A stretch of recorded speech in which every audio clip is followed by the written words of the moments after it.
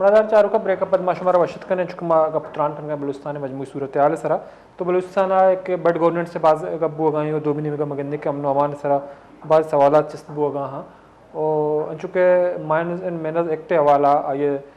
वापस दूर बुत वजीर अल साहब निमिगा पदा कस्ते असम्बली पेश कनक भी तो गपुत्रान बच्चा में मौलाना अब्दुल्ला काशमी साहब जमायत इस्लामी सबक सूबाई अमीर आयम गेशिंग गपुत्रान कने अस्सलाम वालेकुम मौलाना साहब। वालेकुम अस्सलाम, खैरियत में जोड़े तभी तो अल्लाह वाशिका। मौलाना साहब आपसे उर्दू में सवाल करेंगे। तो बुनियादी तौर पर बलूचिस्तान की मजमूई सूरत हाल को अगर देखा जाए तो हम ये देखते हैं कि महकमे जो हैं मफलूज हो चुके हैं और आवाम की हालत ज़ार मायूस कन हद तक पहुँच गई। गुज़िश्ता 2 साल से जो मौजूदा हुकूमत 2-1.5 साल से ज़ायद का अरसा हो चुका है, लेकिन ऐसे बड़े तरक्याती मनसूबा भी देखने को नहीं मिल रहे हैं, अमन अमान इंतहाई खराब है। तो बुनियादी तौर पर आपको क्या लगता है कि जो मौजूदा हुकूमत है वो हालात को सही डायरेक्शन पर लेके जाने में कामयाब क्यों नहीं हो पा रहा?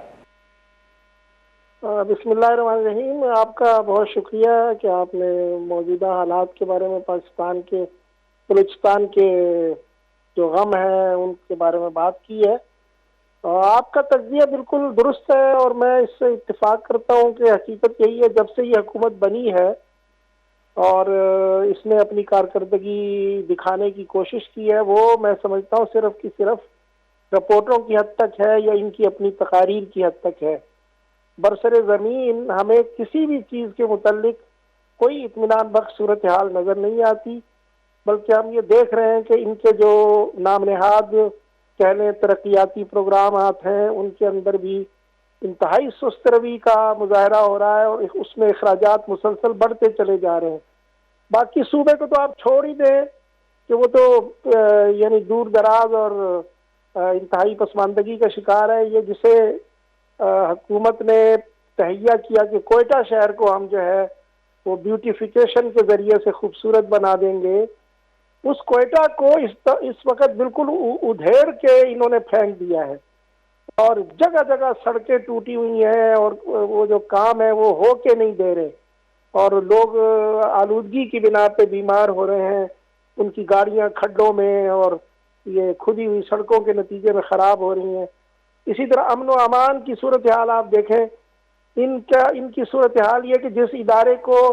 हम 80-85 अरब रुपए सालाना देते हैं, उस इदारे के बिल्कुल गेट के सामने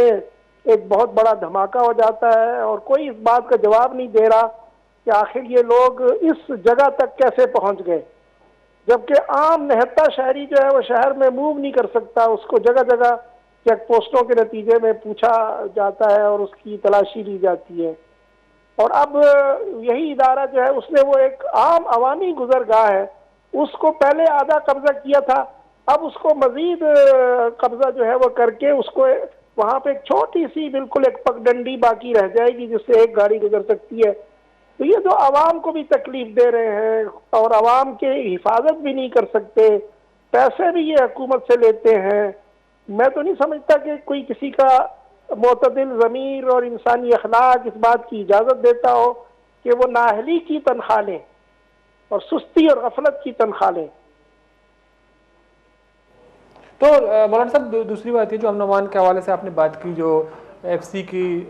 किला है या हेडक्वार्टर है वहाँ पे भी हमला हुआ, इसके बाद और रास्ता बंद कर दिया, आवाम को बहुत ज़्यादा मुश्किलात का सामना करना पड़ रहा है। तो यही सूरत हाल पूरे बलूचिस्तान की है, जगह जगह चेक पोस्ट कायम किए गए हैं, एक बहुत बड़ी जो है तादाद मौजूद है मिलिट्री और पैरा मिलिट्री फोर्सेस की, लेकिन अमन अमान की सूरत हाल इसके बावजूद जो है काबू से बाहर है। तो अगर देखा जाए तो बलूचिस्तान में जो अमन अमान का बजट है उसका बड़ा हिस्सा अमन अमान पे जाता है। 80 अरब था, 95 अरब हो गया, शायद आने वाला जो माली साल है उसमें 100 अरब तक पहुंच जाए, लेकिन बजाय इसके कि अमन अमान बेहतरी आ जाए मजीद खराबी की तरफ जा रहा है। तो इसको आप कैसे देखते हैं कि इतने बड़े पैमाने पर हुकूमत बलूचिस्तान बजट मुख्तस करता है अमन अमान पे और लेवीज को पुलिस पे जम करता है, तो इसके बावजूद हालात बजाय बेहतरी के खराबी की तरफ जा रहे हैं? एक तो देखें जी, बहुत वाज़ेह सी बात यह है कि ये जो इस वक्त हमारी हुकूमत है इसके पास कोई पॉलिटिकल विल नहीं है, कोई पॉलिटिकल विजन इनके पास नहीं है, अवाम की नुमाइंदगी ही इनके पास नहीं है। ये लोग मुसलसल अपने आकाओं को कि जो जिन्होंने ला के इनको असम्बलियों के अंदर बिठा दिया है, सिवाय चंद एक लोगों के, मैं हमेशा ये कहता हूँ कि सिवाय 2-3 मेंबरान के हकीकी वोटों के नतीजे में पूरी पार्लियामेंट में कोई भी नहीं आया। इन सबको बस अपनी गोद में बिठा के उन्होंने ला के यहाँ पे पार्लियामेंट की कुर्सियों पे बिठा दिया है। इन लोगों की कोई एहसास जिम्मेदारी ही नहीं है, इनके ऊपर कोई अवाम की जवाबदेही का खौफ ही नहीं है।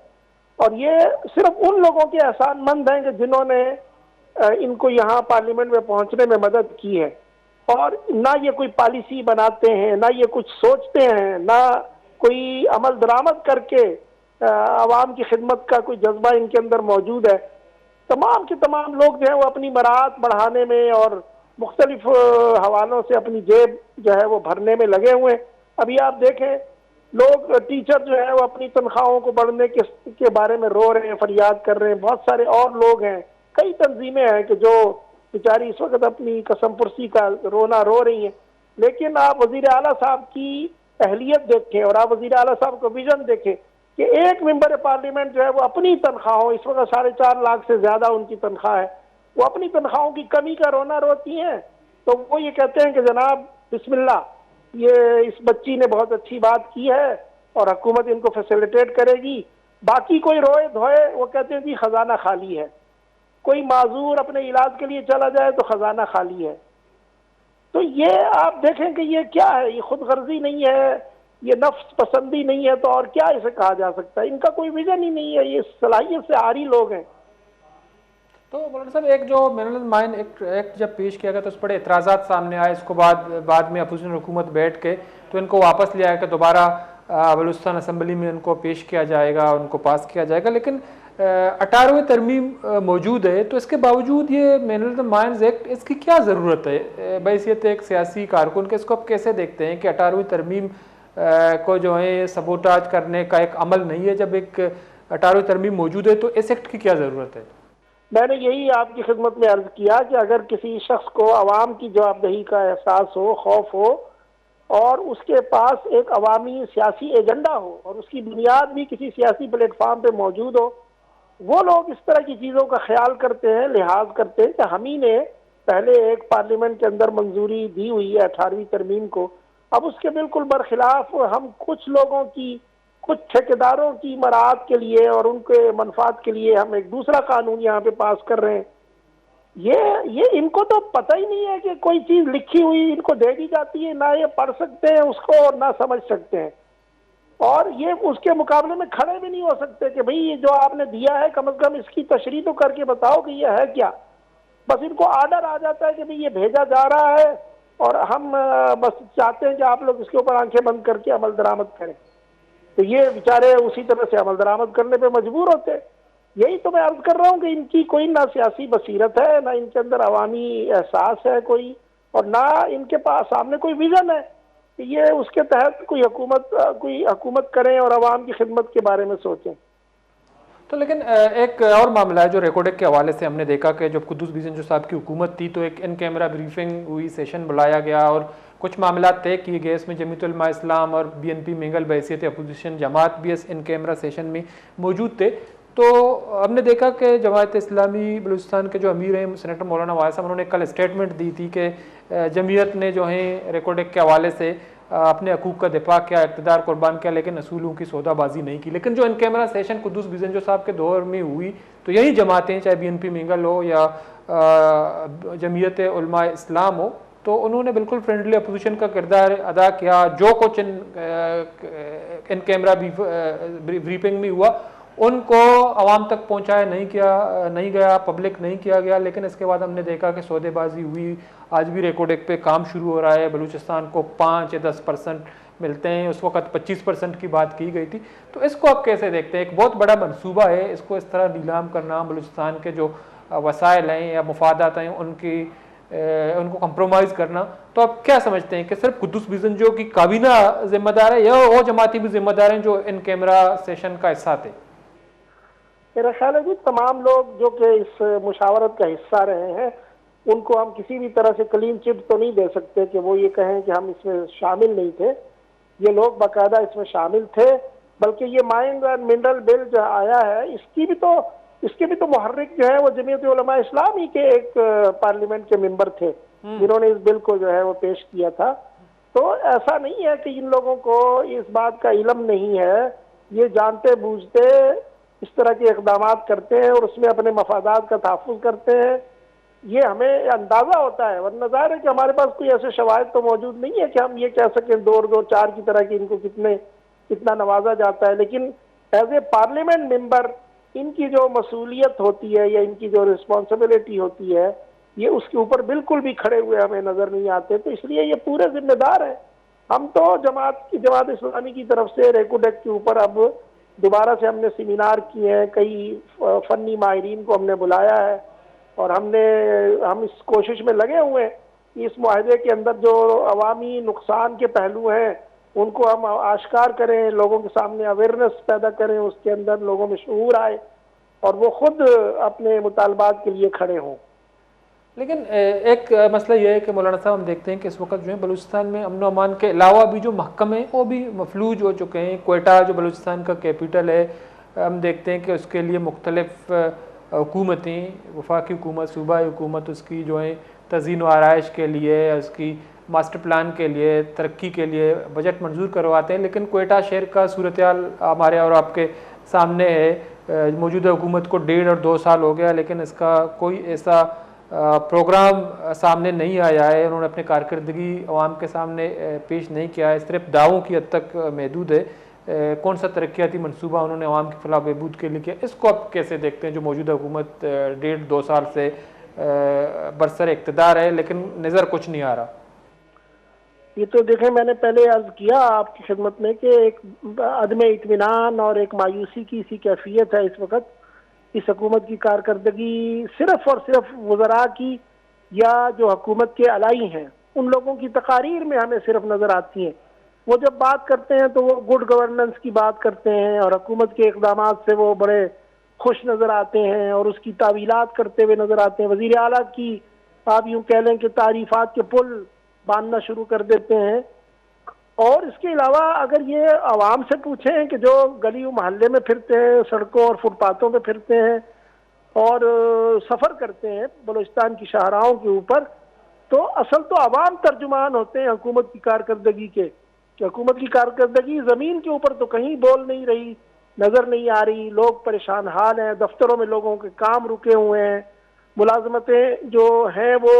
बेची जा रही हैं, यानी अब भी मुलाजमतों को बेचा जाता है बाकायदा। और मेंबर ऑफ पार्लियामेंट और हुकूमत के अलाई मेंबरान,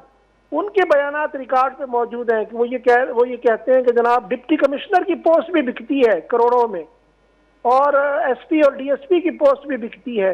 और इसके साथ साथ किसी अर्दली और किसी नायब कासिद की पोस्ट भी जो है उससे भी ये लोग शर्म इनको नहीं आती, उसको भी ये फरोख्त करते हैं। तो जब ये कैफियत हो, पूरी हुकूमत की अपने एहलकार ये बात कहते हो, तो फिर तो मेरा ख्याल है मुझे और आपको तो कोई बात कहने की ज़रूरत भी नहीं पेश आती। बिल्कुल बिल्कुल, बहुत बहुत शुक्रिया मौलाना साहब, टाइम निकाला प्रोग्राम में शरीक रहे। मरदार चौर का मौलाना अब्दुल हक हाशमी साहब, जमात इस्लामी साबिक सूबाई अमीर सीनियर रहनुमा का पुत्रान कनगाई गुशा हमेशा के बलूचिस्तान अर्ची के बुआ दुरुस्त देमा अच तरक्याती प्रोग्राम गेंदक नबूगाई और दावे के हस्ते मजन कनक बुआ बल बलूचिस्तान मजमूई सूरत हाल चाहे अमन अमान अवाला भी या बलूचिस्तान बिड गवर्नेंस भी और दोमिनी मगा मकमानी कारकर्दगी भी अवाम के हस्ते आइए आलत ज़ार मायूस कन अदा दसर बुता हुकूमत 2 साल 1.5 साल सरजम बुता बले आइए के रा कारकर्दगी पेश करने के वास्ते चुशें लाने मनसूबा बंदी नहीं थी। तो मजमूई तौरा बलूचिस्तान अमन अमान सरा गेश गप करने भी परचा के अर रोचे बजगा पद मगिंदी के बदियो बीरानी भी या बम धमाका बा टारगेट किलिंग भी जो गस्ते रोचा मदिस्तिका के जाफर एक्सप्रेस वे सरा जो हस्ते करंदी पदा राकट और कनक बुतगा और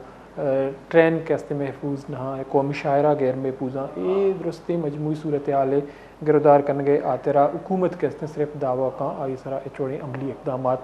जूरक नबी। तो मरूची में वही गंगा सरा का पुत्रान को और मरूची बात कोशिश करता कि हुकूमत मौक़िफ़ दिमा ये तर्जुमान हुकूमत शाहिद रंद साहब या दोमनी मगा